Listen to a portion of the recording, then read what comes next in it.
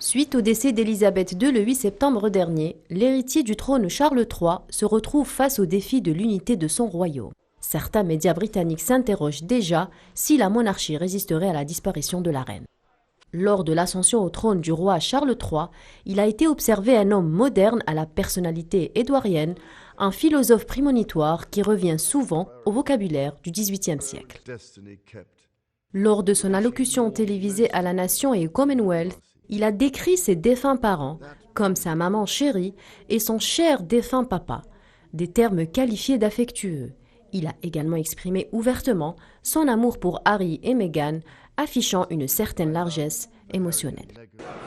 L'accès au trône de Charles III survient dans un contexte particulièrement difficile au Royaume-Uni.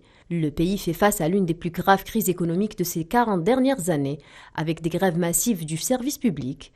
Politiquement, le gouvernement est relativement instable. 4 premiers ministres se sont succédés en 6 années. Par ailleurs, les tensions sont au cœur de la Grande-Bretagne moderne, entre ceux dont la politique est motivée par un nationalisme nostalgique et ceux qui préfèrent une approche avant-gardiste et cosmopolite. C'est un clivage qui reflète le miroir d'une éventuelle rupture. Il apparaît que des millions de nouveaux sujets du roi croient que l'histoire britannique devrait être rendue glorieuse et que l'Empire représente fondamentalement une réelle force. Et ceux qui rejettent la mythologie du Rule Britannia et discernent plus clairement les péchés d'un passé colonial souvent meurtrier.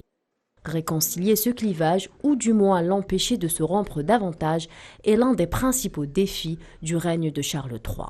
Au-delà des enjeux politiques, l'autre enjeu à surmonter pour Charles III serait son image, vraisemblablement moins populaire que sa défunte mère ou même celle de son fils William.